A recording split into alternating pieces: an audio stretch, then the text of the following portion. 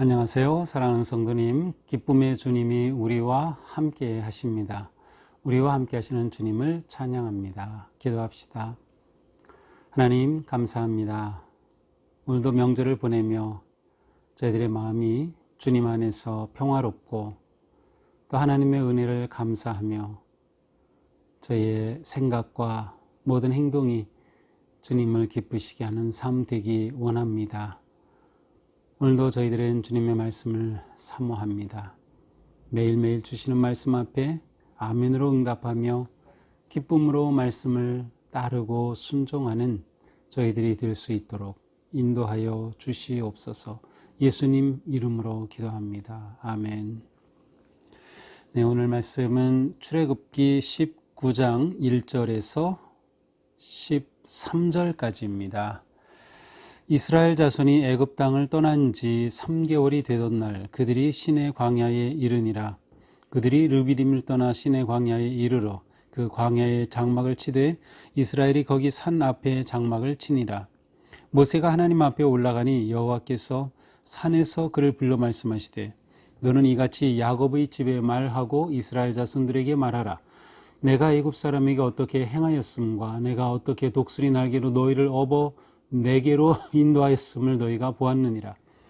세계가 다 내게 속하였나니 너희가 내 말을 잘 듣고 내 언약을 지키면 너희는 모든 민족 중에서 내 소유가 되겠고 너희가 내게 대하여 제사장 나라가 되며 거룩한 백성이 되리라.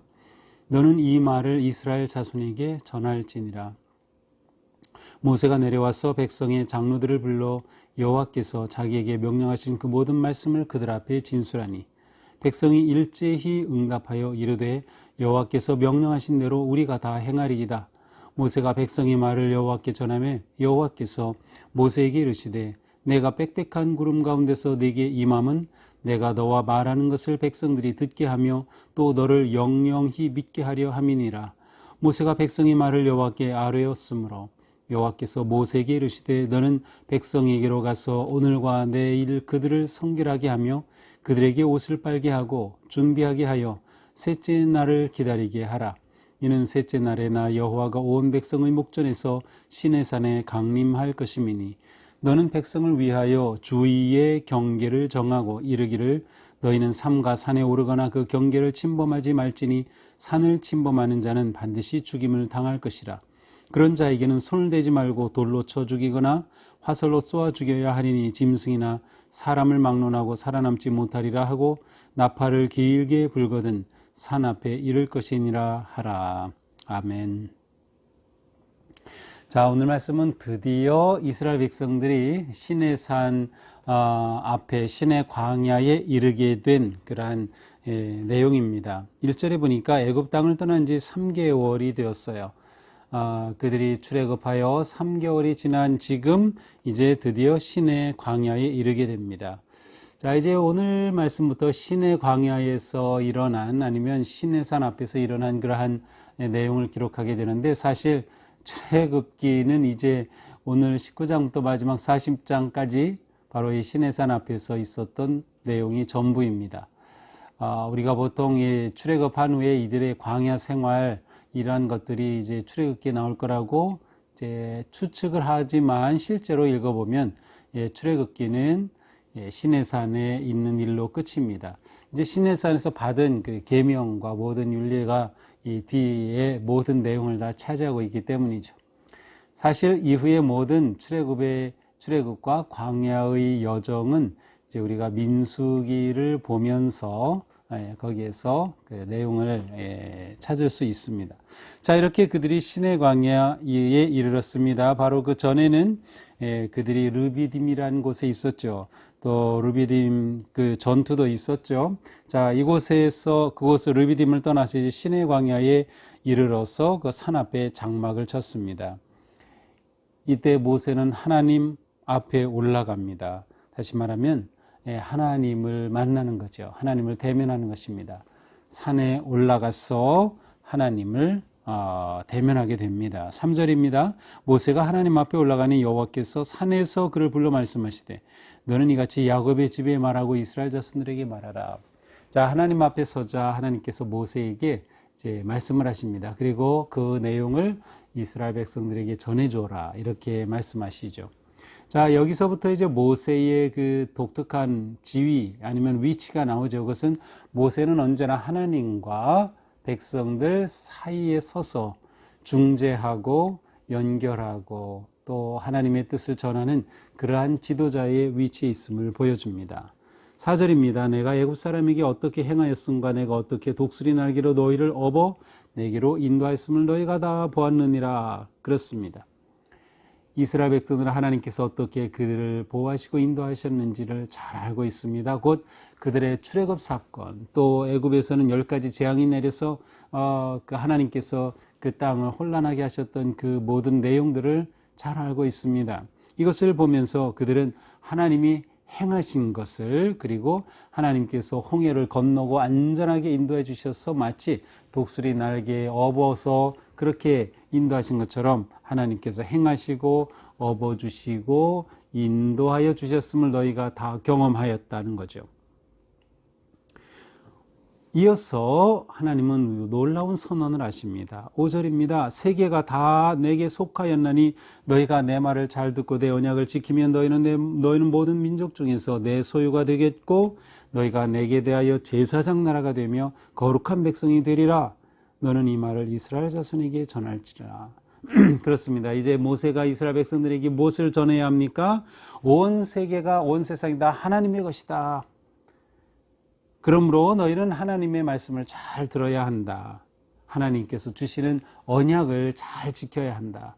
이제 모세가 하나님으로부터 언약, 약속, 계명을 받는 것은 이제 다음 20장에 그 십계명을 받는 장면으로부터 해서 하나님의 그러한 그 주시는 언약이 다 이제 이후에 나옵니다. 그리고 이제 24장에 가서는 하나님과 언약의 관계를 체결하는 그러한 그 내용을 보게 되죠. 자, 이처럼 하나님께서는 모세를 통해서 하나님이 주실 언약을 너희가 잘 지켜라.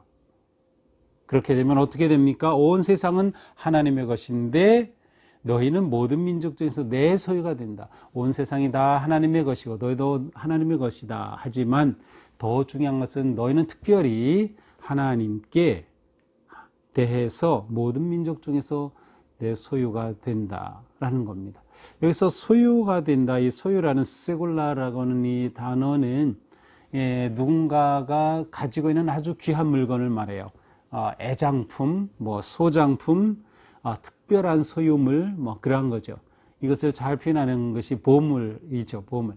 내 인생의 보물, 내 삶의 보물. 우리에게 보물이 무엇입니까? 사람마다 나름 보물이 있겠죠. 그게 비싼 거라서 보물이 아니라 내 삶에 의미가 있는 아주 소중한 것들이 누군가에게나 다 있을 겁니다. 바로 하나님께 이스라엘 백성이 보물이라는 겁니다. 참으로 놀라운 말씀을 주십니다. 너희는 내게 보물과 같다. 그들의 위치, 그들의 지위가 어떠한지를 말씀하시는 거예요. 더 나아가서 너희는 내게 대하여 제사장 나라가 되고 거룩한 백성이 될 것이다. 제사장의 역할은 무엇입니까? 중재하고 화해하고 또 제사를 드리고 집례하는 것이죠.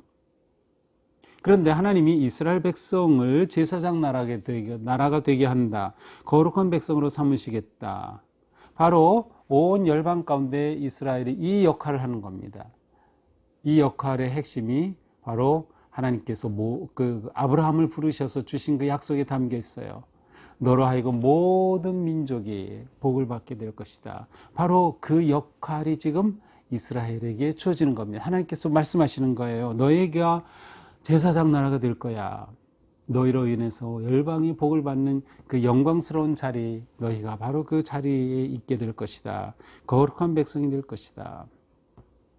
자, 이 말씀을 받고 모세는 이제 산에서 내려와서 이스라엘 백성의 장로들에게, 지도자들에게 이 모든 것을 다 진술합니다. 7절이죠.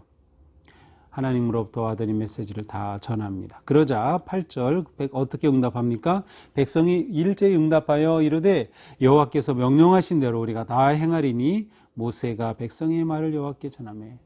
네, 그들이 하나님 말 우리가 다 행하겠습니다. 우리가 언약을 지키겠습니다. 라고 하나님 앞에 맹세를 합니다. 순종의 맹세죠. 그래서 모세는 이 백성들의 응답을 하나님께 전합니다.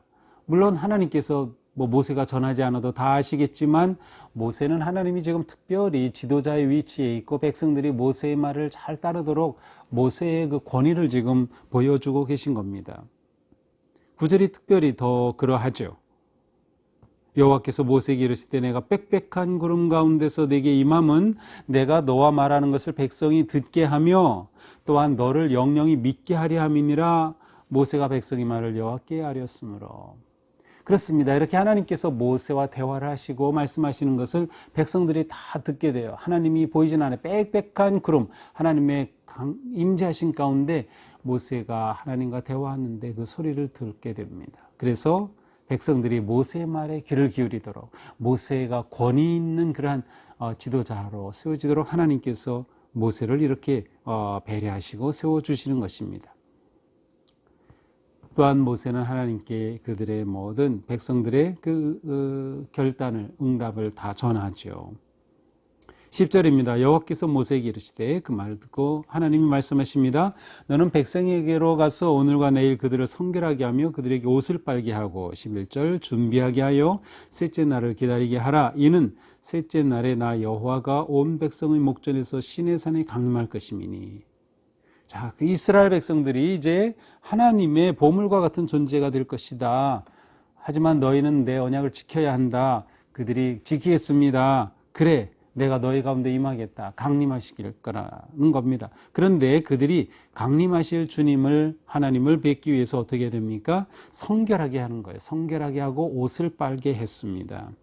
이렇게 하여 준비하게 하였어요. 11절이죠.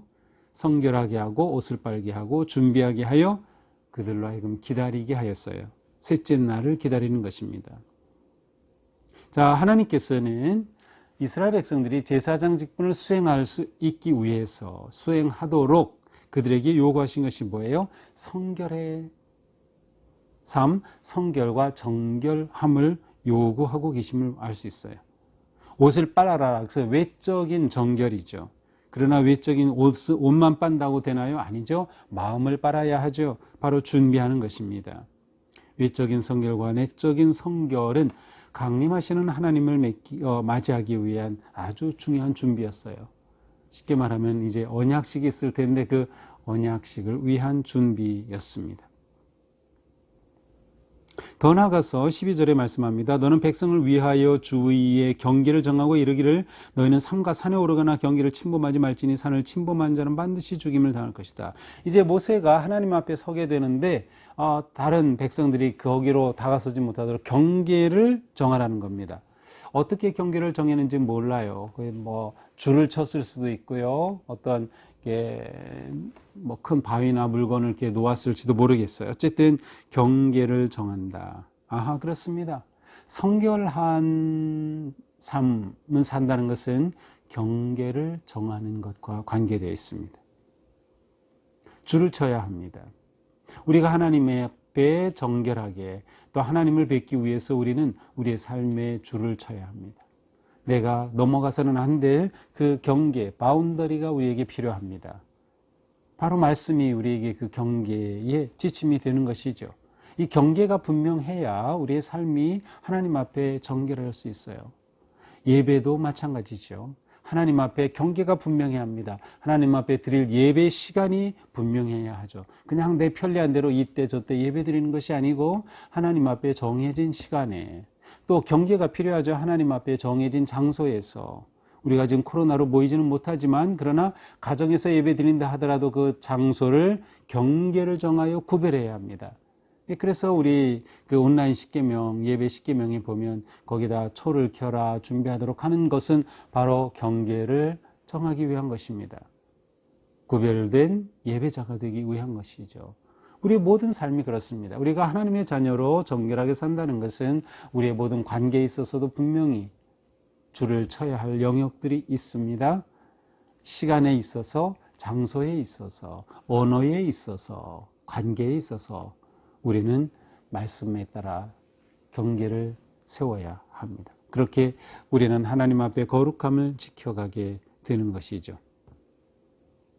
만약 이 경계를 어기게 되면 어떻게 하라고 합니까? 돌로 쳐 죽이거나 화살로 쏘라. 사람이든 짐승이든 예외가 없다. 아마도 화살을 쏜다는 것은 아마 동물인 것 같습니다. 그래서 경계를 넘어서 동물이 들어가면 동물이 뭘 하는데 그럴 수 있지만 하나님은 온전하게 구별되기를 기대하고 계셔요. 그래서 동물이 들어오면 활로 쏘아서 죽이도록 하는 것이죠. 사람은 심지어 돌로 쳐 죽이라고까지 하셔요. 하늘로부터 하나님께서 긴 나팔 소리를 길게 불 때 백성들이 다 여호와의 산 앞에 하나님의 산 앞에 이를 것이니라. 자, 이것이 오늘의 말씀입니다. 자, 오늘 말씀을 보면서 우리는 하나님께서 우리를 얼마나 귀하게 여기시는지를 깨닫게 됩니다. 우리는 하나님께 보물입니다. 그래서 우리는 하나님 앞에 오늘 본문과 똑같이 제사장 나라가 되고 거룩한 백성, 왕의 제사장으로 우리를 부르셨어요. 그래서 베드로 사도는 베드로 전서 2장 9절에서 바로 이 똑같은 본문을 말씀하고 있죠. 제사장 나라, 왕의 백성으로 우리를 부르신 그 하나님. 그러므로 우리는 하나님 앞에 보물과 같은 존재로서 어떻게 해야 합니까? 성결하게 나를 지켜야 한다. 성결하게 내 삶을 경계를 정하고 준비해야 한다는 것이죠. 하나님을 뵙기 위해 또 예배하기 위해 우리는 언제나 준비해야 합니다. 거룩함으로 준비하는 것이죠. 하나님 앞에 서는 우리 자신이 구별되고 외적으로 또 내면으로 정결과 성결함으로 구별될 때 우리는 하나님 앞에 왕같은 제사장으로서 얼마나 이 소중한 사명을 우리가 얼마나 잘 감당할 수 있을지 늘 생각해야 할 것입니다. 오늘 하루 우리가 살아가면서 또 오늘까지 우리가 명절을 지키게 되는데요. 가족과 또 친구를 만나든 내가 누구인가? 나는 하나님께 보물이야. 그런데 그 보물인 나는 정결함을 지켜야 해. 그 정결함을 지키기 위해 우리는 삶의 선을 그을 줄 알아야 한다. 경계를 정할 줄 알아야 한다는 것이죠. 오늘도 우리의 삶이 하나님 앞에 구별된 거룩한 삶이 되어서 하나님께 기쁨이 되고 또 우리가 만나는 사람들에게는 하나님의 왕같은 제사장으로서 복을 유통하는 또 복음을 전하는 그러한 복된 삶 되기를 주님의 이름으로 축복합니다. 기도합시다. 하나님 감사합니다. 오늘 말씀을 통해서 저희가 얼마나 소중한 존재인지 다시금 깨닫습니다. 이렇게 소중한 존재인 만큼 저희들은 얼마나 하나님 앞에서 성결해야 하는지도 깨달았습니다. 주님, 저희 힘으로는 어렵습니다. 저희가 능히 우리 자신을 구별하며 하나님 앞에 거룩게 세워갈 수 있도록 용기와 지혜와 믿음을 더하여 주시옵소서. 오늘 하루 저희의 삶이 이처럼 빛나는 삶, 구별되고 향기로운 거룩한 삶 되게 하여 주옵소서. 예수님 이름으로 기도합니다. 아멘. 네, 오늘도 주님 은혜 안에서 복되고 거룩한 하루가 되기를 축복합니다. 사랑합니다.